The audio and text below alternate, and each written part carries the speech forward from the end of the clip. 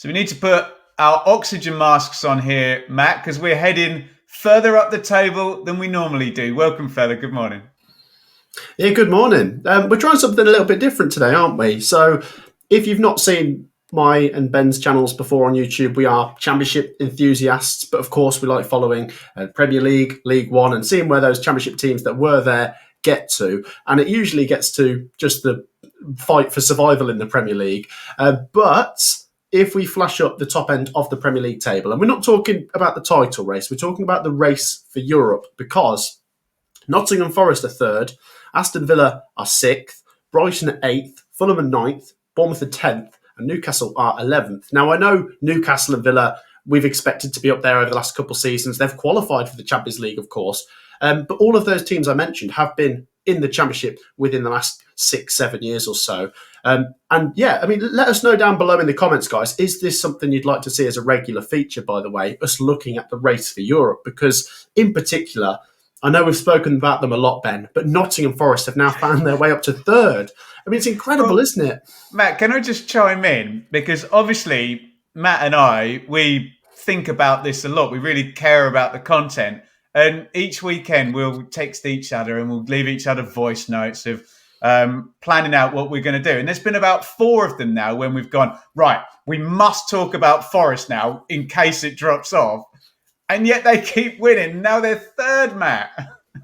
I know. I'm running out of words to describe this for the Nottingham Forest fans. They're just living a dream, aren't they? I mean, it is genuinely incredible because I suppose after 3 or 4 games, anyone could have a really good start. You know, a team that might actually go on to get relegated might win their first 2 or 3 games. But no, I think we can say at this point we've made it to the 10-game mark. And although some people will say that's still early in the season, which is true, we're past a quarter of the way through the season now. And I'm not even going to mention Forest having to look over their shoulder at all now, because we've said with the relegation battle, 35 points to stay up. They're already halfway past that. They've got 55% of that already with 19 points on the board. And you look at the teams they're ahead of here. I mean, Chelsea and Arsenal are right next to each other. They play each other at the weekend. But look how close this is. Nottingham Forest third with 19 points. Newcastle 11th. With 15 points. They actually play each other at the weekend. And in between that, you got Bournemouth, who we need to talk about with their great wins against Arsenal and Man City recently, and a draw against Villa, of course, which is incredible.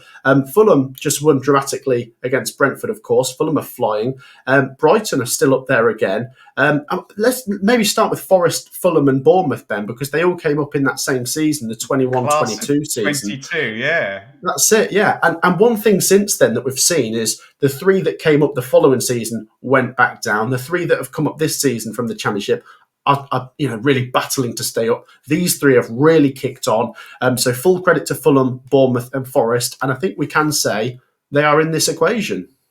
And what interests me about this angle of the class of 22 is the kind of different ways that they've all done it. Because I think the Fulham fans would acknowledge they kept course. They had a 90 million quid wage bill and kept a Premier League team in the Championship, didn't they? And scored 100 goals and scored 6 about 8 times during the season. So they took that approach. Obviously, Bournemouth were in year 2 of the parachute payments, which is where things get a bit nervous, and they backed Scott Parker in January after an experiment with Jason Tindall. But Bournemouth have built their Premier League machine in the Premier League, which is pretty encouraging for Ipswich and Leicester and Southampton, as if to say it's not all about being a Fulham and bringing up, Mitrovic and Wilson and Carvalho, whoever the stars were when they came up. So I'm sure Fulham fans will say, oh, but they did recruit well after that. And that would also be true. And then Forest have just done it a totally different way, where they had half a team that was on loan and came out of nowhere down the bottom of the league after 7 games and just literally had to throw the kitchen sink and all Mr. Marianakis' various revenue streams at keeping them up. So it fascinates me that they've all done it the different way. And what really fascinates me is it's the team that won the playoffs that year that are actually burgeoning now in 3rd place in Forest, Matt. Yeah, and for the last two seasons in the Premier League, I think they've finished below Fulham and Bournemouth. Obviously, they've all stayed up in those seasons, but this is a season where Forest have shot up on the graph, and they suddenly look like the best performing out of those three. I will quickly just go back to Bournemouth and say you're absolutely Please. right about how they're building this team, because the fact that they lost Solanke, that to me would have been.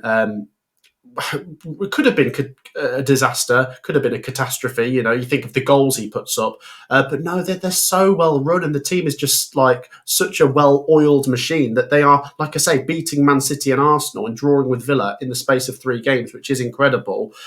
Fulham, I mean, credit to them for that dramatic win against Brentford last night. We'll obviously come on to one of their goals later in Worldie of the Week. Wilson, of course, a player we saw in the Championship. But Forest, I mean, I must say, as Championship enthusiasts, I think we are both big fans of Steve Cooper and his work. And when he was replaced with Nuno, I was never against it, but I was a bit like, it's a shame. I loved the story of Cooper and Forest, but you've got to say it's been a masterstroke. I mean, Nuno is really building them up. And something you've got to look at here is Nuno got Wolves into the top 7 of the Premier League in back-to-back seasons. Yeah, so 3 times in 2 or 3 times in a row, Matt, wasn't it? Yeah. exactly. So what's to say you can't take Forest there? I mean, they absolutely took West Ham to the cleaners at the weekend. I mean, we literally know what to expect as well, but teams can't stop them. We said Chris Wood, he'll move around in the box, find the space, get the goal. Callum Hudson-Odoi, I think there was a little touch on his goal, but you know what he's going to do? He's going to cut in and bend it. And then the Aina goal was absolutely sensational. I think it's their biggest win in the Premier League since they've been back. It's got to be up there. I'm trying to work out if they've won a game 3-0. So fair play to Forest, third place. If they beat Newcastle at the weekend, then they are stamping their authority, and Fulham and Bournemouth both not far behind them. Yeah, and if I can just round out before we talk about sort of Villa and Newcastle and Brighton, just Bournemouth, great point about Solanke, and now the lad Evan Nilsson is scoring. And we always talk about all the star players, all the amazing players are going to end up at, the big 6 clubs. And you've got to build stars. And I'm looking at it, and Kirkes, the fullback, is 20, and he looks fantastic. Zabarnyi, the centre-back, is 22. Semenyo, who you and I know all about from covering him for Bristol City in the Championship, is still 24. So they're building stars as well, and they're fishing in ponds where before Bournemouth always used to seem to sign people like Solanke, who'd been, I don't know, like what Ipswich are doing at the moment, where you take young graduates from what you call the big clubs. And they've just done a great job of pivoting and going a different way, haven't they, Matt? Let's just round this out, because you talk about the class of 22. We can't necessarily link these teams. I mean, we can link Newcastle and Brighton. I mean, we'll give Brighton a bit of a wide berth because, they're so often talked about in terms of being the kind of the blueprint really for development in the Premier League. But they came up with Newcastle, didn't they? And with Villa as well, there's always this sense of, Villa and Newcastle are too big for the Championship anyway. Naturally, gravity will pull them out of the Championship and back into the Premier League in the end, whatever happens. But then different kind of journeys in the Premier League. And as much as I'm loving the Forest, Fulham and Bournemouth conversation, is it Villa and Newcastle that are going to be the ones that just edge their way up ahead of those other teams when we get to the end of the season? I suppose so, because they've been in the Premier League that bit longer, I guess. They've built their teams up. They've played in the Champions League as well. I mean, Villa, of course, are currently playing in the Champions League. I must say, last weekend I was a bit surprised that they went down so heavily to Tottenham, because they've been so good. But maybe that's just one result, and they have been juggling a lot. The Champions League is different this season, with the competition fitting in more games, so it must be taking it out of Villa. I think they're top, aren't they, Villa? Are they top of the whole ladder, I think? They're currently top of the Champions League table, yeah, it's incredible. And then they're 6th in the Premier League, which is still impressive at the same time, and that's only 1 point behind third place. So very, very good from Villa. They've been that good. I think you can afford one defeat to Tottenham in that manner, but now they need to get back to winning ways. And then, like you say, Newcastle, a golden opportunity this season because they're not in any European competition.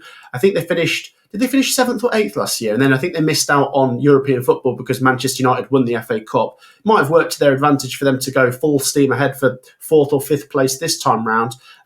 Great win, by the way, against Arsenal. What a win. I mean, I know people might be quick to say Arsenal haven't been great recently, but Arsenal could be desperate to get back to winning ways. So it's really hard to stop them when they're going to be that desperate.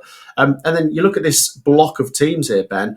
Chelsea play Arsenal next. And they're not both going to be able to win. That gives Villa, Brighton, Fulham an opportunity to jump even higher up this table. Tottenham are also in the middle of this European sandwich, should we call it? Tottenham with a great win. Like we said, they just beat Villa, of course. So very close, very, very close between 3rd and 11th. And I wouldn't be surprised if soon we maybe get Manchester United latching onto this ladder of teams. There's very little to separate them, Ben. Right, we'll clip that out and we'll put that on Matt's channel. But challenge for you guys in the comments. I have got 6 ex-EFL teams, easy for me to say, and I need you guys in the comments to put them in order. Okay, so we've got Forest, Villa, Brighton, Fulham, Bournemouth and Newcastle. That's the current order from top to bottom at the moment. Get in the comments and let us know how many of our EFL alumni can reach the kind of top 8 or even higher. And yeah, I know we talked about them a lot, but Forest ain't going away, are they, in terms of top 6, top 8? Get involved in the comments on Matt and his European sandwich.